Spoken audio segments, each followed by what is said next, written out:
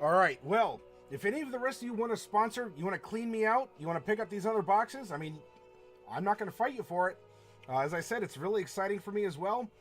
We can pop these boxes if any of you do want to give them homes.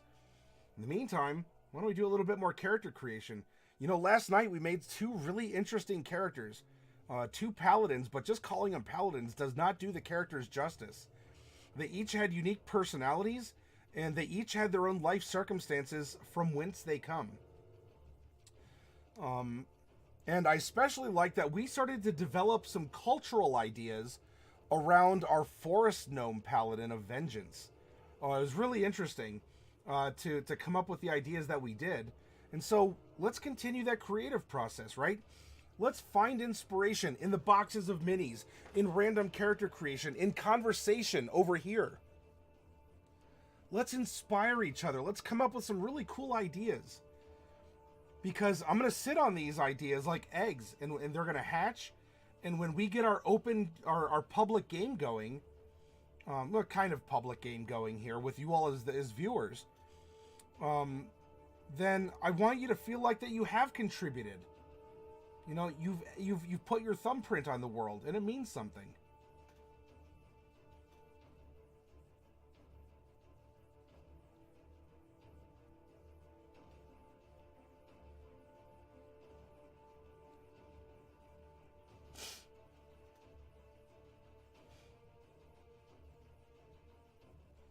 Volos, yeah. Oh, I don't know if we've ever cracked open a Volos. That might be one of the few figures. I cracked open one Manchun. I mean, Flumph, you're sitting on 11. If you want me to use, Wait, we've cracked open 3 Volos? Really?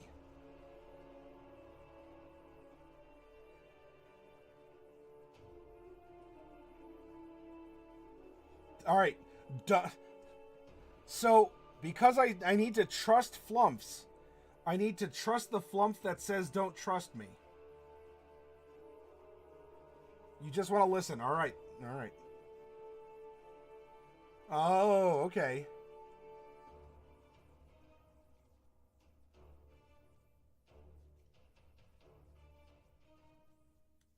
Okay, Coffee. Yeah, I will definitely be putting the call out for folks who want to do a little bit, you know, like back of stage, like back of house stuff, as well as front of house production and playing. Which that reminds me, Flumph, I might need to pick your brain a little bit about a couple ideas in terms of implementation to get this idea to come to fruition, if you don't mind, sometime.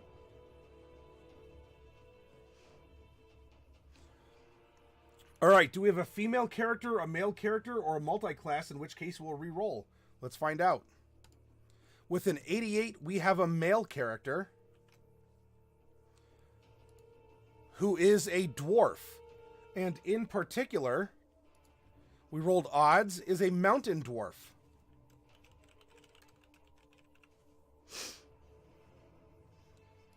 Who is of the alignment 1731.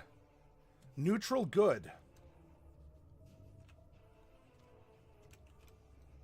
Let's see. Dwarves are medium creatures. We are going to generate him at... Ooh, we rolled a 93. That is going to put us at a level 19 character.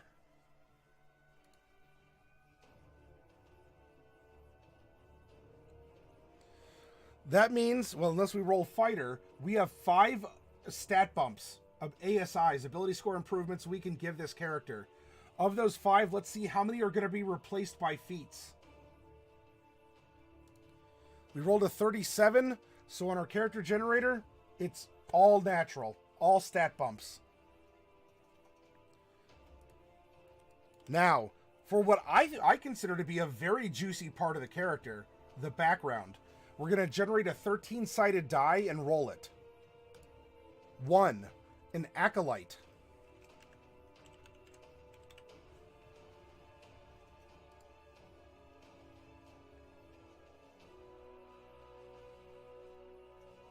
Hey, Makoki, welcome.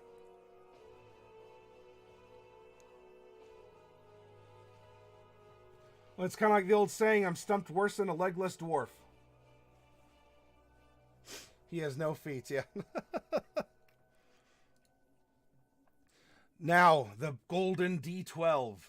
Which of the 12 classes will our mountain dwarf acolyte ascend into?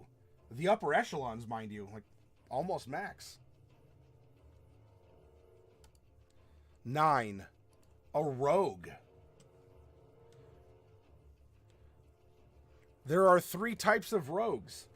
Let's roll a D3 and find out which one he's going to be. 1. A thief.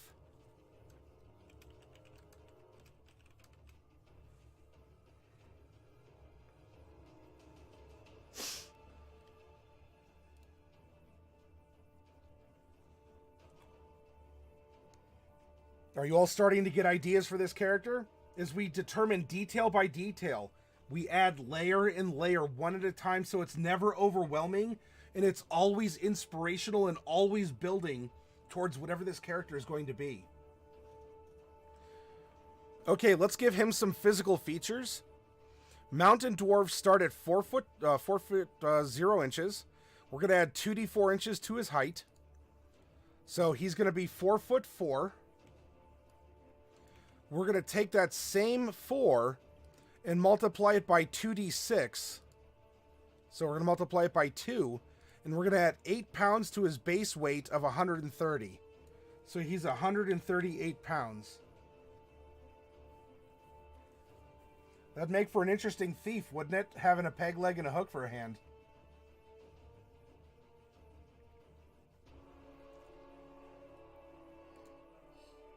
Well, Coffee, we're going to get a good look because we're going to level 19 with this guy.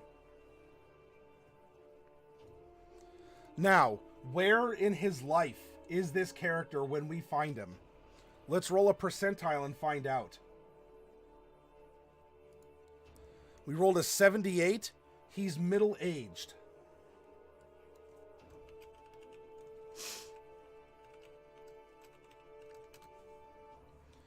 And for a dwarf, that's column 4 here, for a dwarf that's between 151 and 225. So we're going to manufacture a 75-sided die and roll it. We rolled a 65. So we are 215 years old. Better get that mage hand to replace that hook, says Makoki.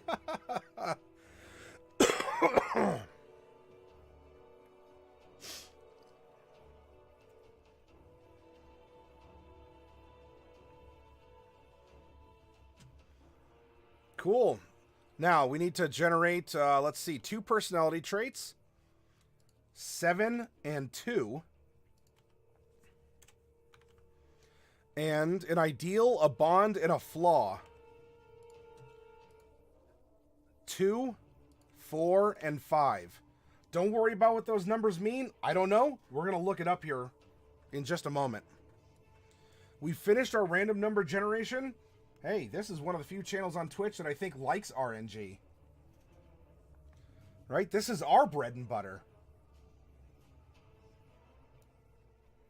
Elbrin, hello.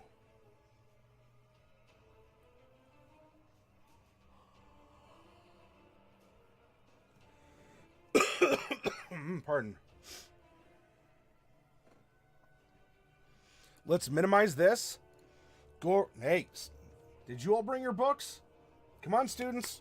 Chapter 4, backgrounds. You know the drill. Come on. Fortunately, Acolyte is the first background. So, if you crack open your books to 127, let's learn about the past of our character. Could still be present. Could still be a functional acolyte in a temple somewhere. Pardon me. Alright, our skill proficiencies are going to be insight and religion. And by the way, I don't normally read the paragraphs beforehand. Not that they're boring or uninteresting. There's a lot of flavor. It primes the pump of the imagination. I've personally read them so often, you know, I don't necessarily need to, but I'd urge you to do it at home. Especially if you're not familiar with these backgrounds.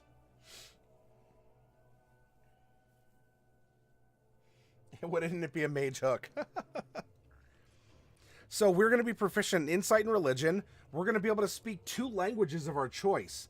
Well, as a dwarf, we get common, dwarven, and now we get 2 extras.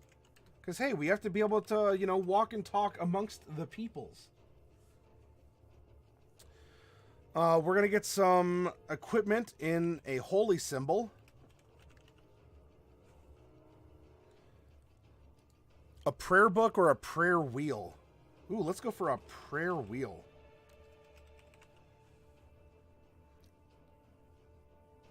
We're going to get 5 sticks of incense.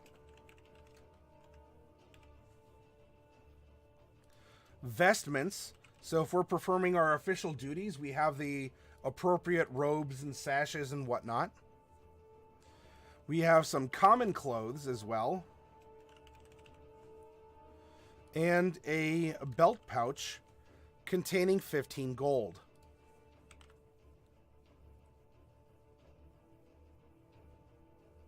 Oh, there's a lot of good personality prompting in Soldier for just that sort of thing, Coffee Cat. Enamored with the holy wine. Hey, come on, we have a good character here. Come on, everyone. I mean, it doesn't mean that there's not temptation. In fact, we're going to get to explore his personality and his faults and all of this here in just a moment. All right. He does get a really neat background feature called Shelter of the Faithful, which can supply room and board for you and your your not murder hobo friends, right? If you roll through a town that has some sort of a presence of your faith in it.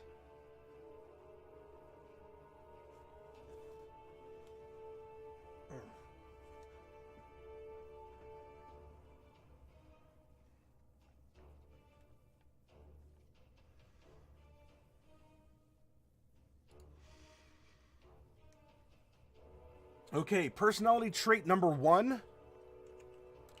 I've enjoyed fine food, drink, and high society among my temple's elite. Rough living grates on me. And personality trait number 2.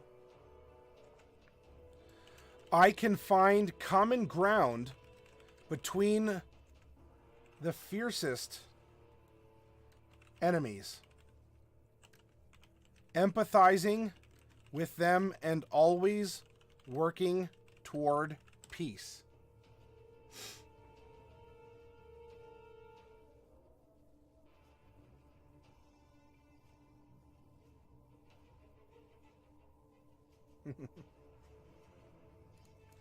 His ideal is number 2, charity. I always try to help those in need, no matter what the personal cost.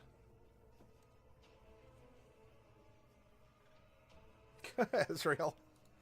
Well, I mean, yeah, you got to have some peacemakers. And if he's willing to step forward, especially in a very tense moment, a lot of people are going to go, ooh, glad that's not me.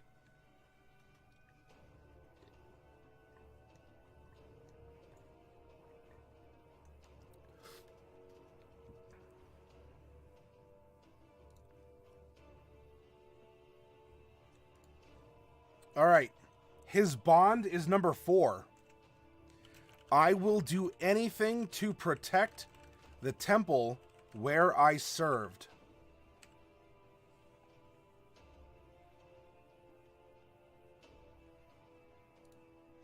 And lastly, his flaw, because we are all flawed creatures, my friends. Even flumps. Number 5. I am suspicious of strangers and expect the worst of them. Maybe that's why he's a good negotiator. He's kind of paranoid. He thinks of the worst case scenario And so he accounts for it when he's trying to broker peace, because he suspects that peace wants to break down, or he suspects that perhaps treachery is afoot. And so it's going to be up to him to be very thorough in his negotiations.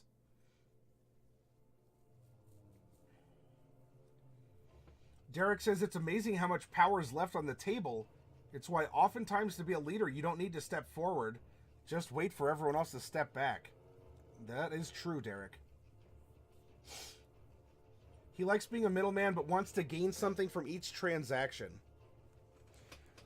You know, McGruber, I'd agree with that. I think he's a proactive middleman, though. And I say proactive, if not because of the personality traits we've generated, but think of his occupation, right? A rogue, particularly a thief. We have someone who is a go-getter, who's willing to risk himself, life and limb, in order to achieve some things that he wants.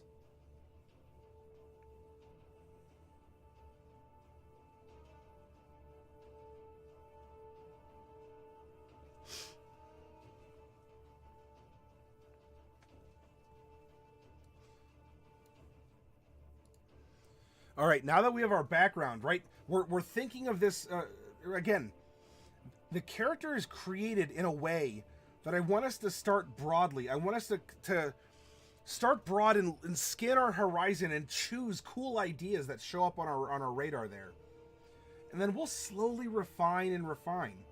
So now that we have an idea of who this person is, right, we know it's a male mountain dwarf, middle-aged, who has taken on the life of a thief, a rogue thief, yet still seems to be in service, or at least as we're talking, is still currently in the service of a house of faith.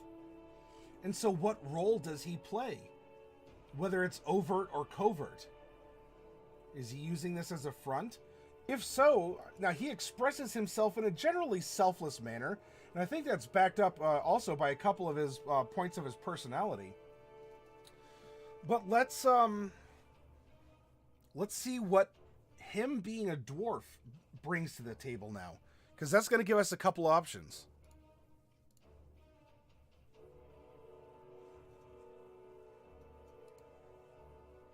Our constitution increases by 2.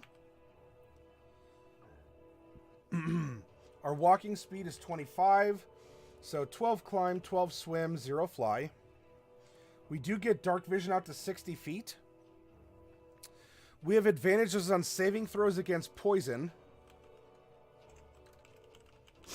And we are resistant to poison, which is good, because sometimes when you're trying to pick a lock and it goes click and you feel that little jab in your finger, ooh.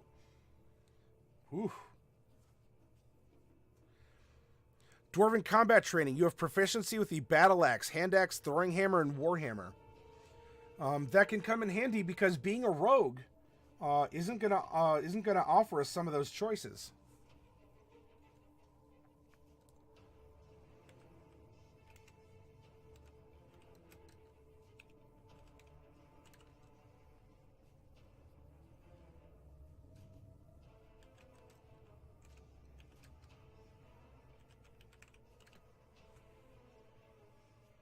Hey, Morgan, welcome. Good to see you. All right, we gain tool proficiency with the artisan's tools of your choice. Smith's tools, brewer's supplies, or mason's tools. We did some pulls already, Morgan. I have some boxes left over, so if you want to sponsor Monster Menagerie or Dragon Heist, you can step up and do so.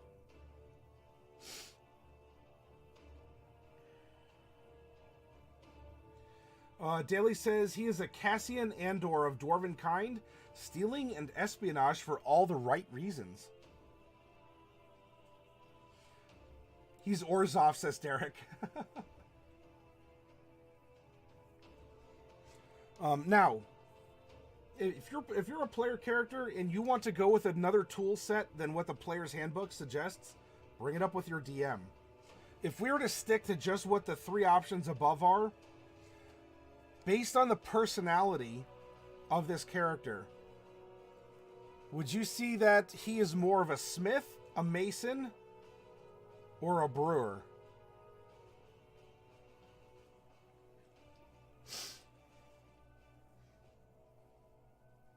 You know, does he take his time and chisel away at stone? Maybe make some nice sculptures? Does he brew fantastic wines and, you know, sacred wines and ales?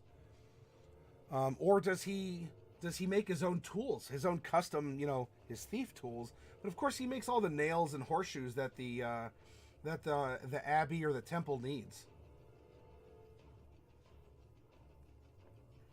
He enjoys food, drink, and high society. Good catch on there, McGruber. I think if we're staying true to his personality, brewer's tools, that makes sense, right?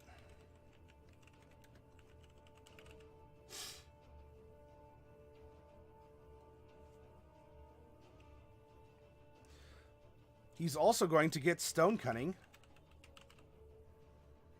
Whenever you make an intelligence history check related to the origin of stonework, you are considered proficient in the history skill. And double your proficiency bonus to the check instead of your normal. Alright, now for being a mountain dwarf, we get +2 strength. And we have proficiency with light and medium armor. Well, being a rogue is going to give us light, but that medium could be kind of cool as well.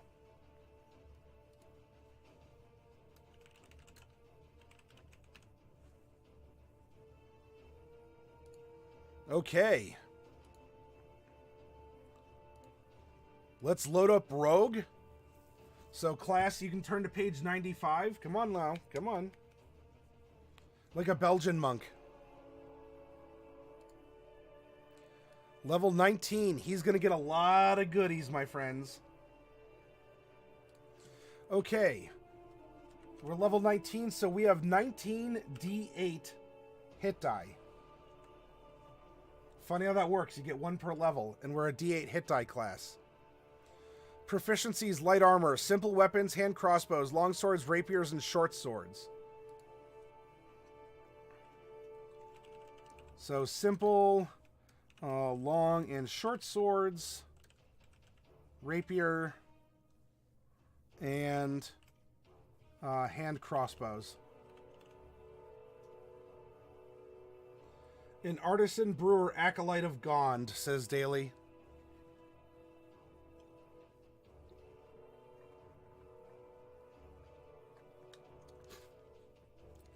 Cord could also be interesting.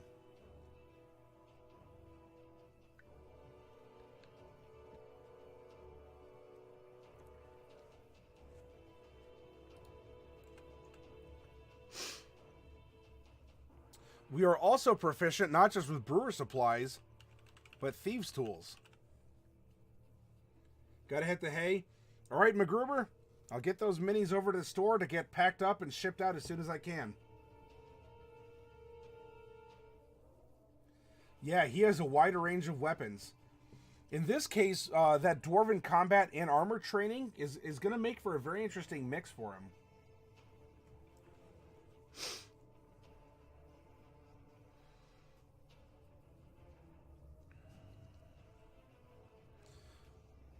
All right, saving throws, dexterity and intelligence.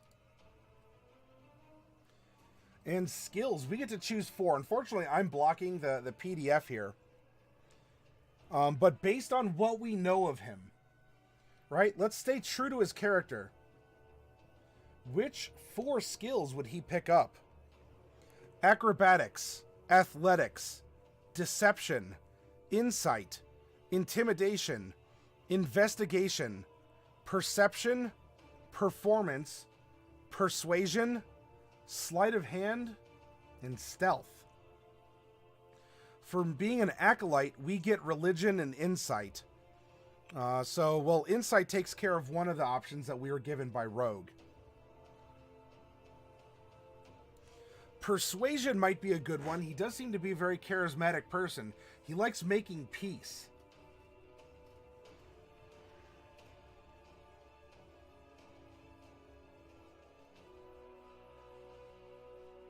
Stealth is a given? Maybe. Stealth doesn't always have to be a given for a rogue.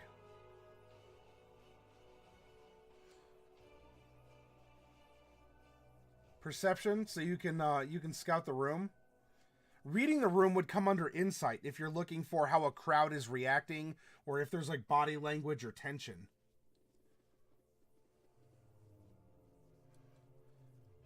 Let's see, I'm suspicious of strangers and expect the worst of them.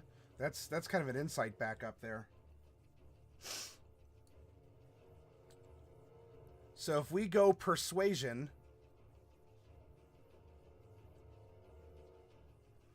investigation, yeah. So I mean, so he could be sort of this holy agent sent into other places. Investigation. So maybe he's more like a spy than a sneak stabby thief.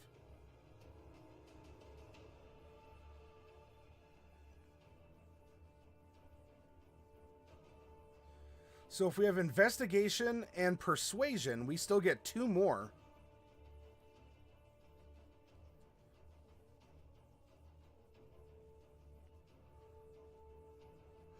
I think we said perception.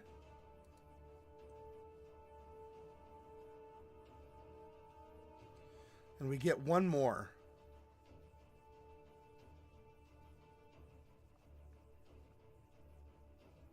You agree with perception also? Yeah, Velocidatus, some rogues just convince you they're stealthy. Let's go performance. Let's make a social rogue, shall we?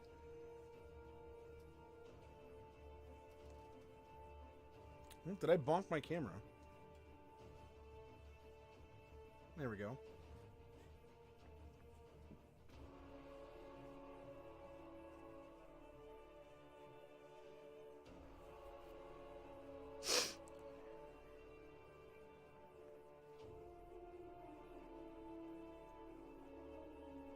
Okay. We'll start with a rapier or a short sword.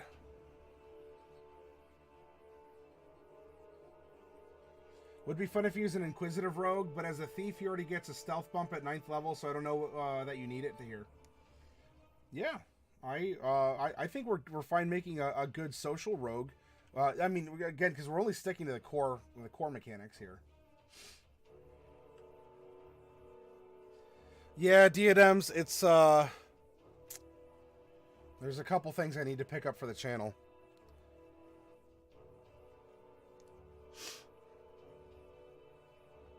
All right, Derek, hey, thanks for sponsoring those minis.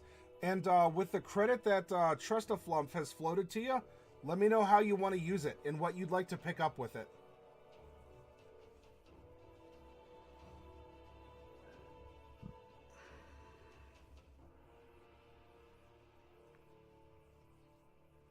Oh, you already sent it? Okay, then. I'll let you know. Weapon. Let's see, a rapier or a short sword? I think a short sword, like, it's steady, it's at your hip, it's obvious. He's not trying to be sneaky necessarily. A short sword just seems to project, to me, if you have a different opinion, hey, share it over here. This is a conversation, not a lecture. Class.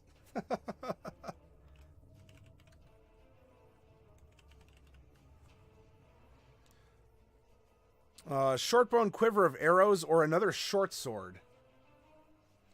Ooh, we can go 2 short swords. Maybe. Are short swords light? Let me double check. Chapter 5.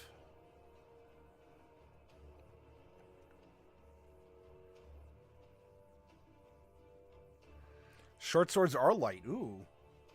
Yeah, it might be able to do like a dual wielding.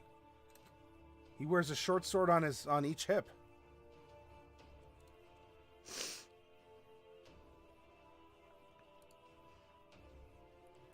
Burglar's pack, Dungeoneer's pack, or an Explorer's pack? Well, he may not be stealthy himself, but it doesn't mean he can't use the tricks of the trade in order to navigate.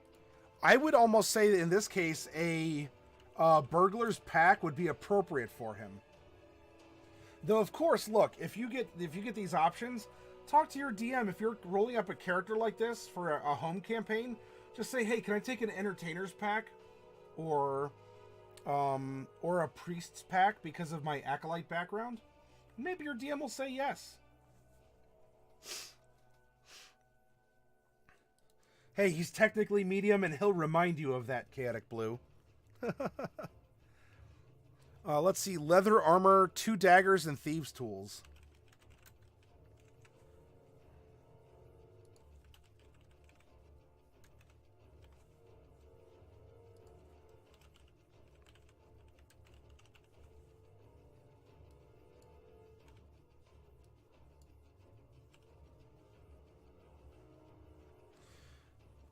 Okay, we begin building this class with some expertise.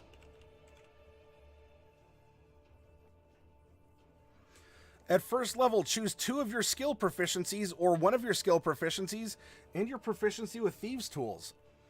Your proficiency bonus is doubled for any ability check you make that uses either of the chosen proficiencies. And at 6th level, we can choose 2 more proficiencies. So we're going to end up getting 4 in all.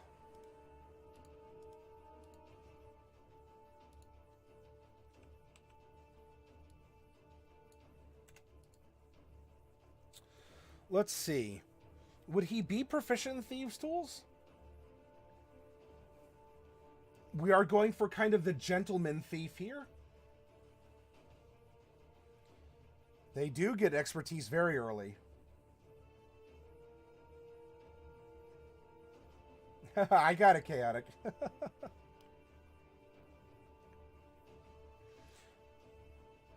Let's see.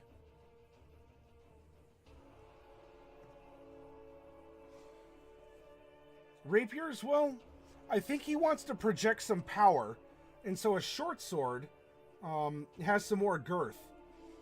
So he wears it, you know, he might openly wear them. He's not exactly high, like, he carries himself as high society. He may not be himself. I think persuasion is going to be a big one for him. And you know, he is this acolyte. He is working on behalf of his temple in order to maybe infiltrate society. I don't know if it's like hunting down cultists or heretics, or trying to, you know, call the herd if someone is being bad. Religion seems like that might actually be one that he would have expertise in. Chaotic, you want to give... You do want to give him expertise with thieves' tools? Ezreal says, I admit I'm lost on some of this. The campaign world I used to run in was a homebrew off First Ed. Well, Ezreal, if you have questions about what we're talking about or doing, you're free to ask. We're not going to judge you for being a newcomer to 5th Ed. Vertically challenged swords.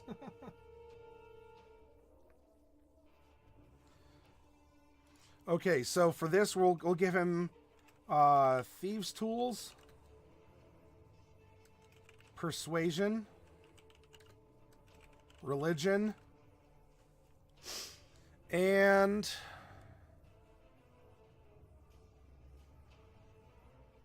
probably insight.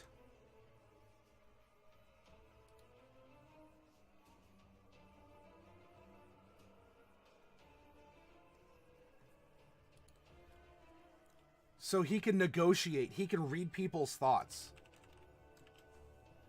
Does that seem like a good idea? If you want to change it, you can.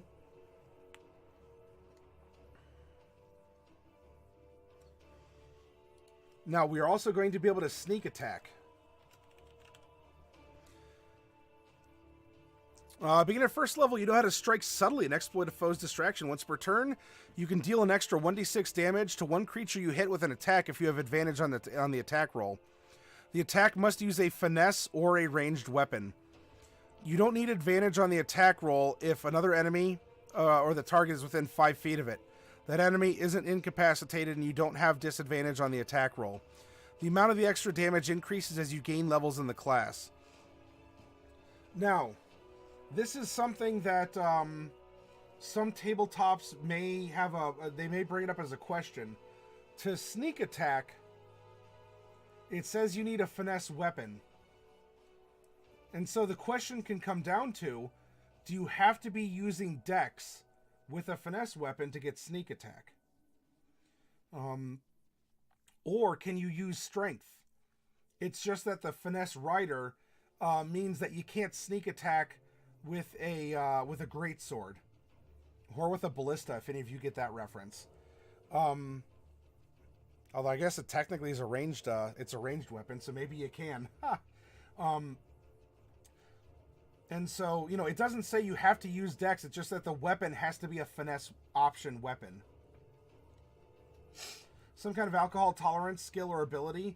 Not really, Azrael. You could lump it into perhaps having to pass a con save of some kind that your DM would announce. But there's not exactly a specific alcohol interaction.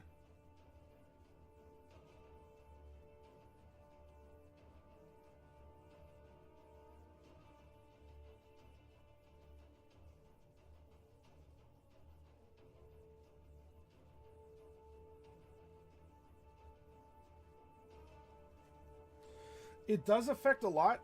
I think we can make a muscle, like a muscle charisma. You want to talk about going out in a weird direction with a rogue. A strength charisma rogue. So he can still sneak attack. He's just going to use his strength to do so through a finesse weapon.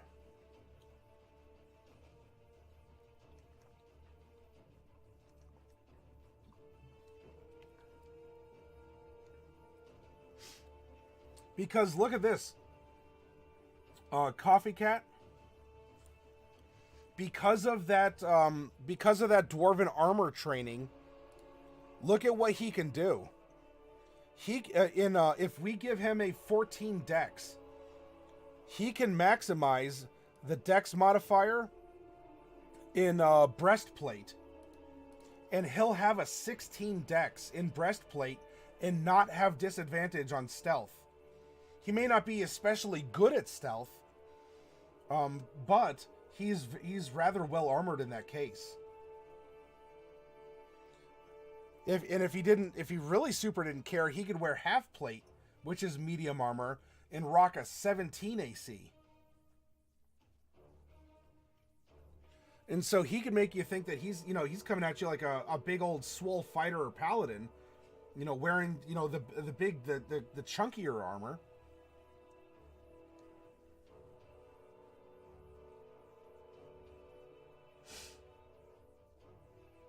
Medium armor is good, and we can give him medium armor because of that dwarven armor training. So, if nothing else, let's consider this. Let's consider making a strength charisma rogue. Many of us might be used to making dex rogues, and there's nothing wrong with that. That's a solid choice. But let's imagine a little bit, right? The dice have been rolled, the cards have been played. And I think we have a very unique character that is forming right in front of our eyes.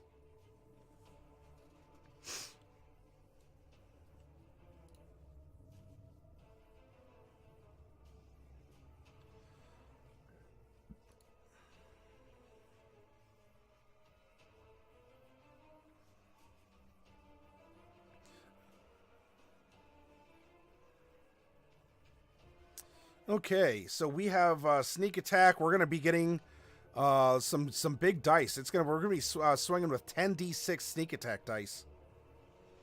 We are also going to learn Thieves' Cant.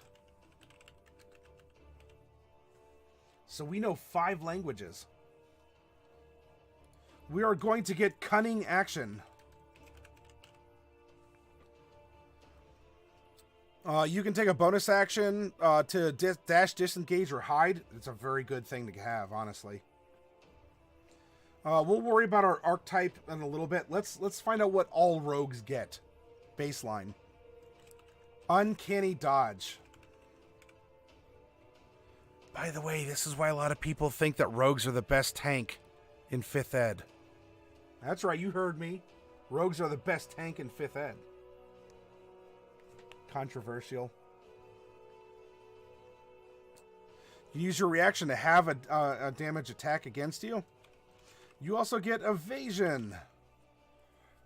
We are nimble. We can save damage from getting out of AoEs. Reliable talent. By 11th level, you have refined your chosen skills until they approach perfection. Whenever you make an ability check that lets you add your proficiency bonus, you can treat a d20 roll of a 9 or lower as a 10. It's pretty reliable. We also are going to get reliable talent. We're also going to get blind sense.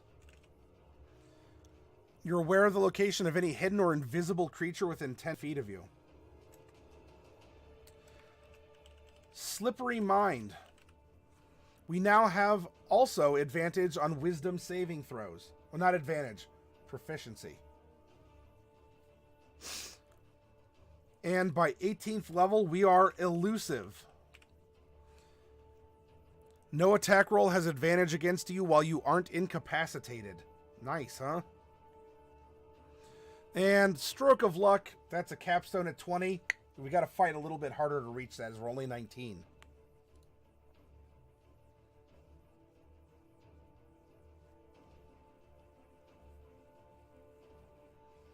Oh, so Chaotic is rolled with a strength charisma rogue.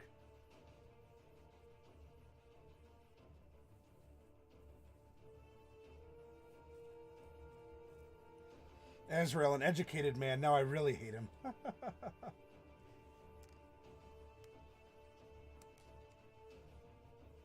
Slippery mind. Yep, a politician, says Azrael.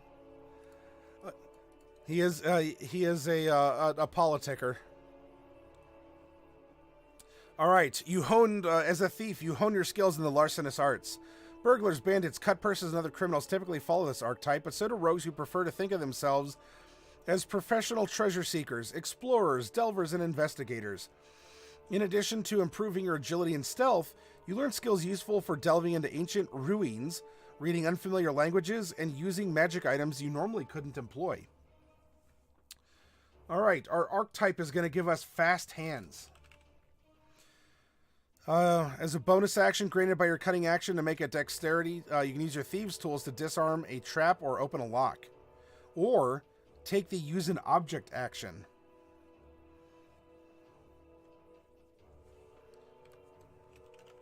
Second story work. When you choose this archetype at 3rd level, you gain the ability to climb faster than normal. Climbing no longer costs you half your movement. So our climb speed now goes to 25. In addition, when you take a running jump, the distance you cover increases by a number of feet equal to your dexterity modifier. It's pretty good. Supreme Sneak. You have advantage on dex stealth checks if you move no more than half your speed on the same turn. And you know what? Statistically, we may not be proficient, but statistically, advantage is a +5.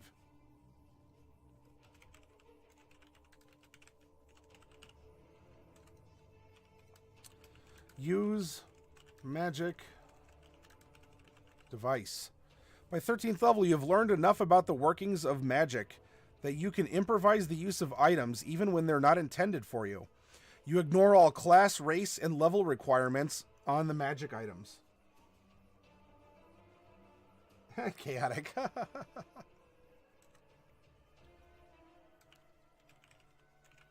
Thief's reflexes. When you reach 17th level, you have become adept at laying ambushes and quickly escaping danger. You can take 2 turns during the first round of any combat.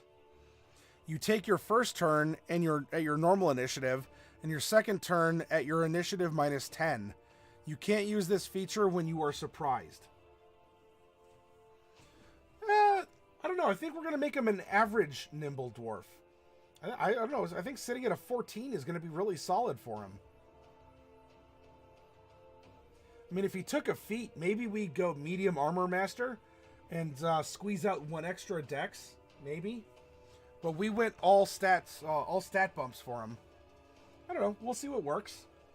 What's the worst that happens? We move some electrons on the screen, right?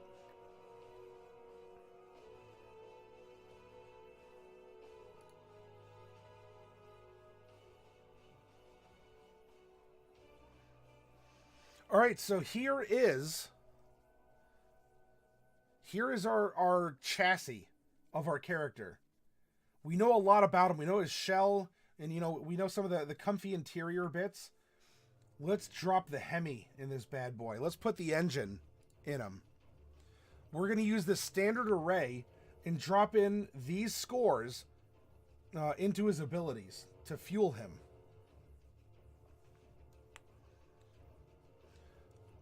With charisma being very important, I want to say charisma and strength should be high.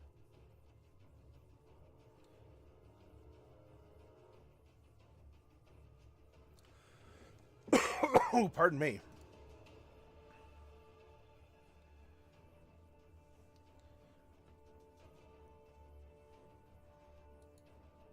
$13. Let's put a 12 in Dex. A 10 in intelligence.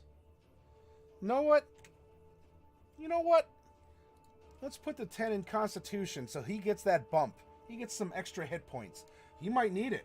Look, if you're hobnobbing with the snobs and someone slips you some poison, that resistance helps, but being able to take also a dagger, a dagger to the ribs, that could really help. So we can go intelligence 8. I don't know, what do you think of this? Should I rearrange some scores?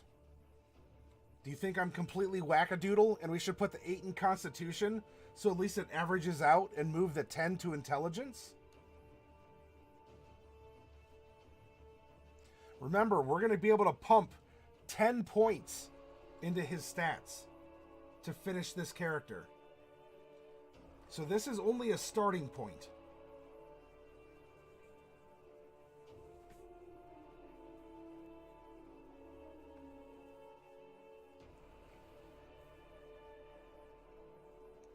If we do go with this, we'll have a 16 strength and a 12 con. And I could submit to you that our first ASI, let's round up our charisma and our wisdom. Now we get 8 points left. Let's bring our dexterity up so that we can get that extra use out of our medium armor and not be horrible with dex-based weapons if we need to.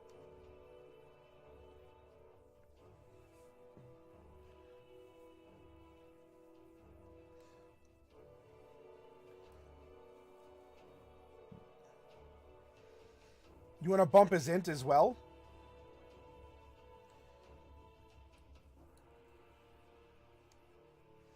His wisdom can be important, right? Insight and perception. I mean, it's a saving throw as well.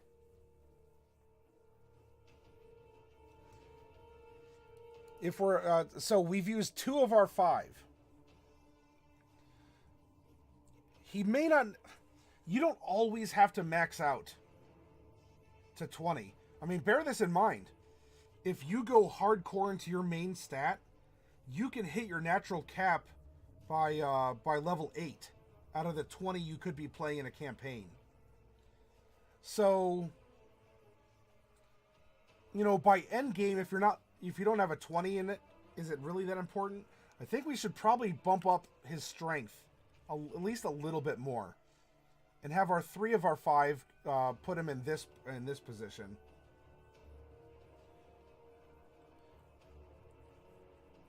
Well, remember, he may have negatives in a couple, but if you look at it, Coffee Cat, he's still going to have a +5 in investigation, and he's going to have a +11 in religion.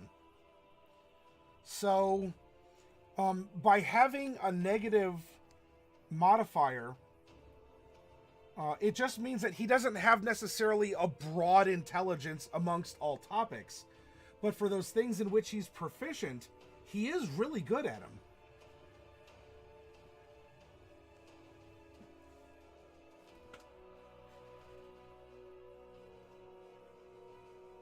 8 is doable. He can fake knowing stuff. So his charisma is going to buffer his intelligence, is what you're saying, Chaotic? Well, bear in mind, Azrael, if he has an 8 in intelligence, he's not stupid. Because he's going to be very smart when it comes to matters of religion and investigation and his saving throw. You know, if you want to call that some kind of an instinct or a fast mind. He's just not particularly studied broadly, or he may not know a lot about Arcana.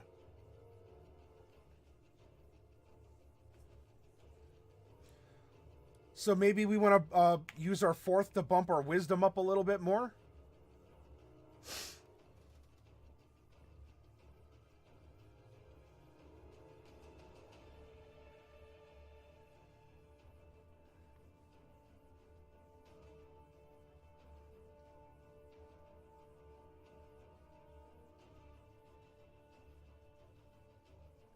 So we get one more bump. Where do we want to put 2 points? Do we want to take strength to 20? Oh, yeah. Do we want to bump up our dex? AC-wise, it won't go to use. It could be used in offense. You want to give him more hit points and bring his con up to 14? It's kind of endearing his intelligence is at 8. That's my personal choice. If you all really want his intelligence to go to 10, we can put it to 10. But I kind of like his intelligence being at 8 in this case. Wisdom is currently 16.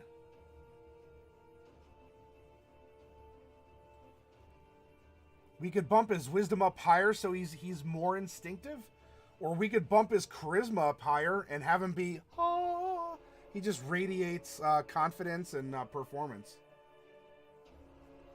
I think an 8 intelligence with this character would make for some very interesting roleplay indeed, Chaotic. Coffee Cat wants to give him some more hit points. Or to broaden his wisdom more. So what would you all like to see? We get 2 more points we can put into something.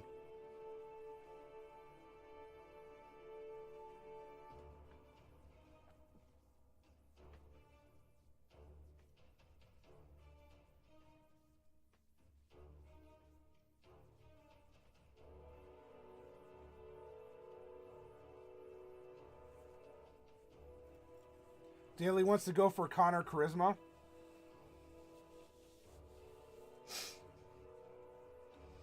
Azrael, a 10 is average human farmer. In our modern world, it would be you graduated high school. Congratulations, you have a 10 intelligence, 10 or 11. Hey, Pouty Lips, good to see you. Do I have a Tome of Beasts? You mean like Volos? Or I don't know if I understand you, Pouty.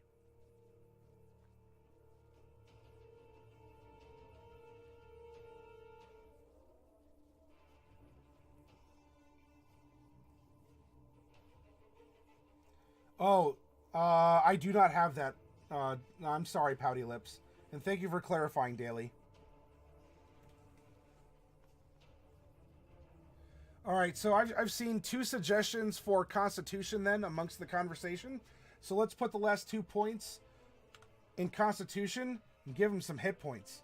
Get a nice frontline rogue in medium armor, going for kidneys, but giving you a nice seductive wink while doing it. All right, our strength modifier is 4, dex 2, con 2, int -1, wisdom 3, charisma 3.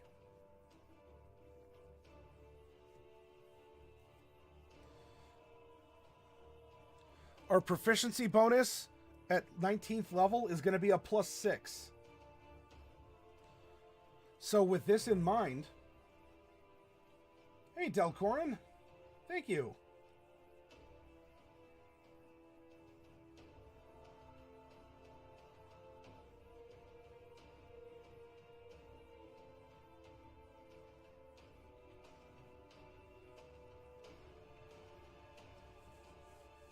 Oh, Pouty, I need to get with my, I need to get a printout for my distributors. I'm sorry, it's with the holidays and me being hung up with the flu. I didn't go to the hospital, but it was pretty bad between Christmas and New Year. I'm sorry.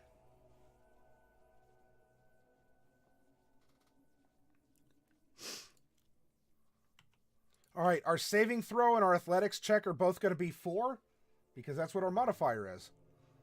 Our dexterity saving throw is going to be 8, because we're proficient.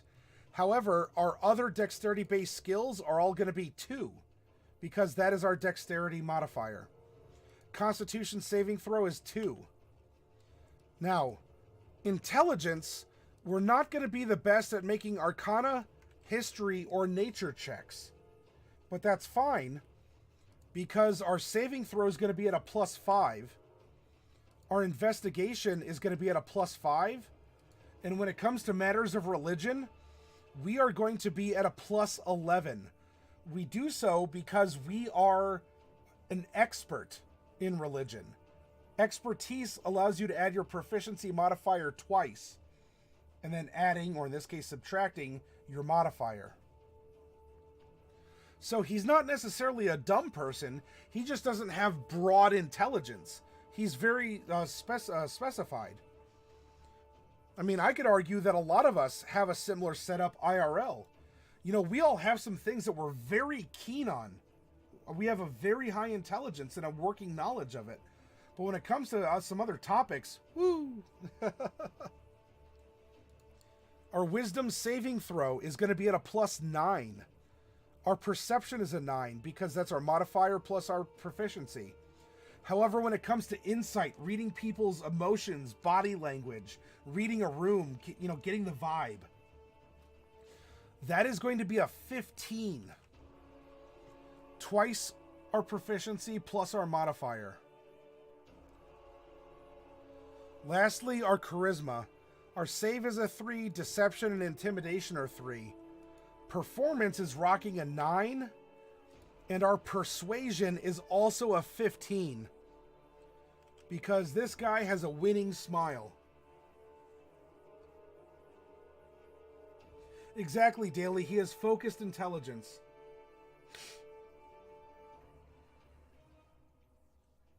Oh, so Delcorin did sort of a spite chip damage.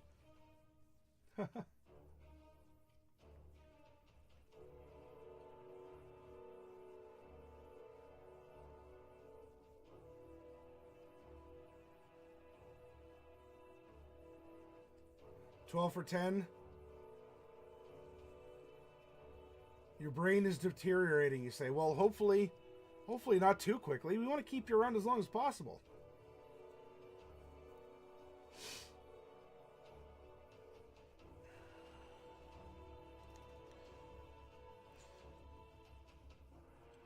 All right, passive perception is a 19.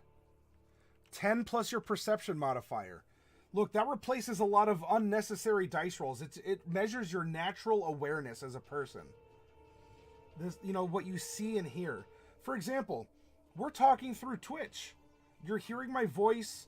You're seeing my hand gestures, my gesticulations. I think we can broadcast gesticulations on Twitch without violating TOS.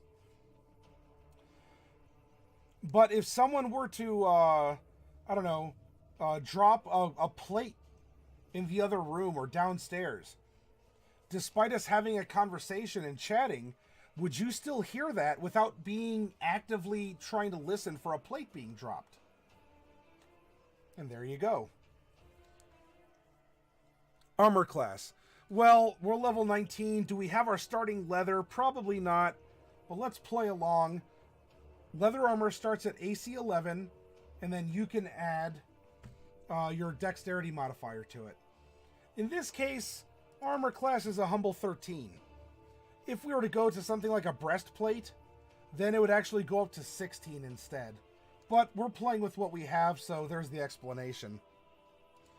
Initiative, +2. Initiative is a dexterity check. And so if you're playing a bard that has Jack of all trades, or if you're playing a champion fighter that gets bonuses to dex checks, then that improves with those abilities. Now let's calculate our hit points. At level 1, we get 8 hit points. We're a D8 hit die class. You get your full hit dies worth of hit points at level 1. For all 18 other levels, because we're level 19, you go half plus 1. Unless your DM wants you to roll, or just gives you max, or gives you min. Ugh. But in this case, half of 8 is 4, plus 1 is 5. And now for all 19 levels of our character, we get bonus hit points equal to our Constitution modifier. In this case, 19 times 2, because we dropped those 2 extra points in there. We're gonna have a rogue that is beef and spice, my friends. All right, so we have 38 bonus HP, and we're gonna get 90 from our class. So we have, this is going to be 46 plus 90 is going to be 136 hit points at level 19.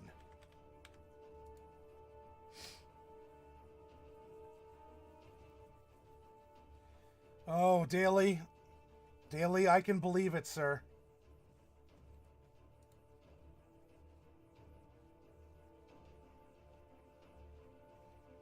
Your passive perception and insight's gone up daily, but your short-term memory's gone down. That's the trade-off, right? You have to shift your system resources around.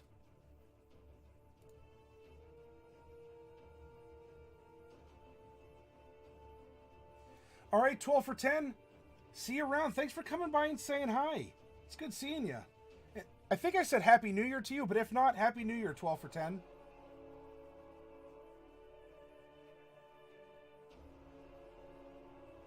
The rogue, yeah, the rogue does. Our paladin had 95 hit points at level 19.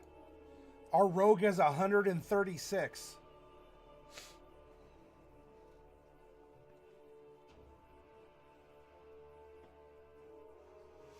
Okay. Hey, you know what? Boys and girls, he's earned a name. He's no longer just a set of stats sitting in a block. So if you're as we're finishing up this character, if some names are jumping out at you, throw them out there. Let's calculate our attacks. Now, short swords and daggers are finesse weapons, which means we have the option to attack off of dexterity despite them being a melee weapon. However, strength rogue. So we are going to be swinging with a plus 10 with both our short sword and our dagger.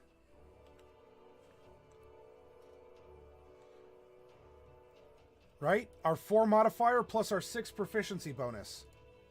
Our short sword is 1d6. Then we add in an extra 4 points of damage from our strength.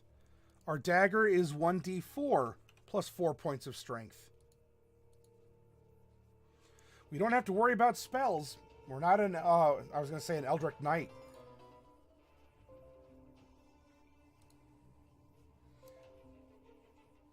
Oh, thank you, Windows 10, for just, spamming all my notices when I don't need them right now. And, by the way, thank you for coming along this journey, Papa Bear. Welcome aboard. I hope you've been happy, you've been entertained, you've been enjoying what we're doing. Ezra wants to call him Dugan Gladstone. So tell me of the Gladhander clan. Who are the Gladhanders?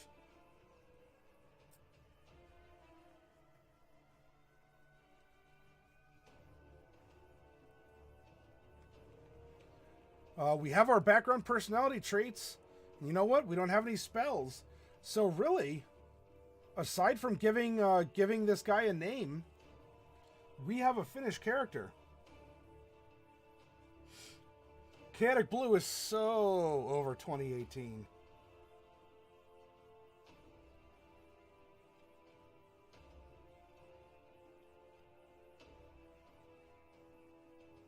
Apparently so. That's quite a tragic family name if you think about it.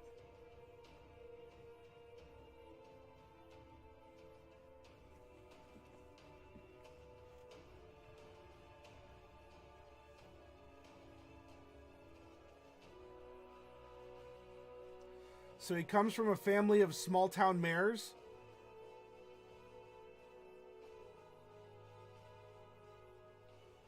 still kind of an unfortunate name then if you're... Hey, I guess if you're named after your profession, though, right?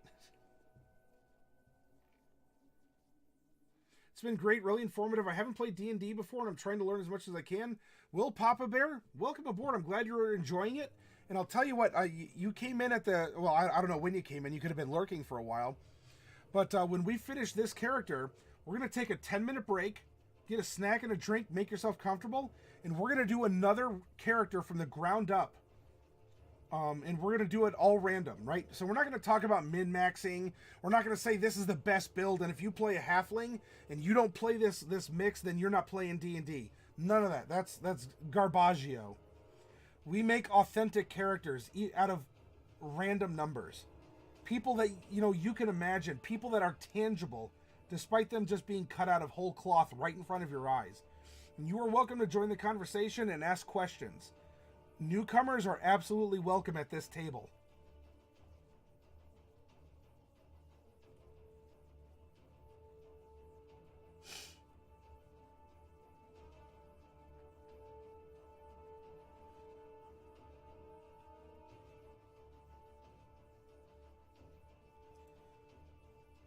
So, how about this then? So, we take a look at it, and so we have...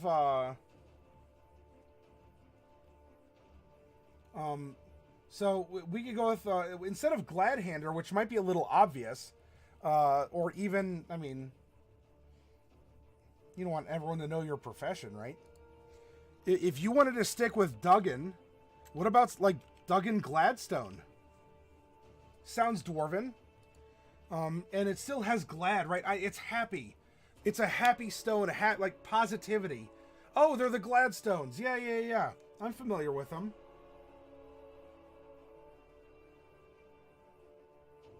I'm waiting for that full recovery. I'm so close, trust a flump, but it just, every day it seems to elude me still.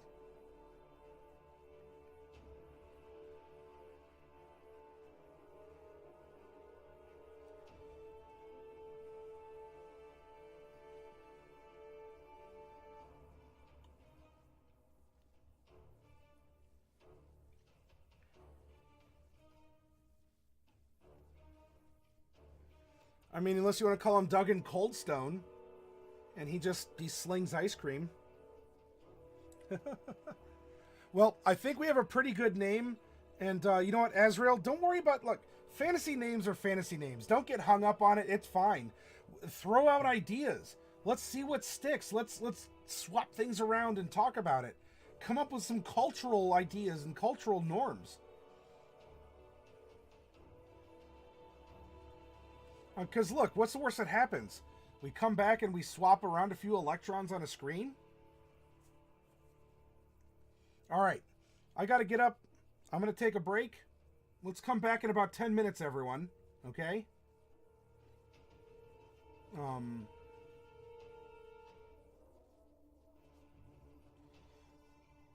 Hey, there you go. You kept calling him a politician. Here's an entry.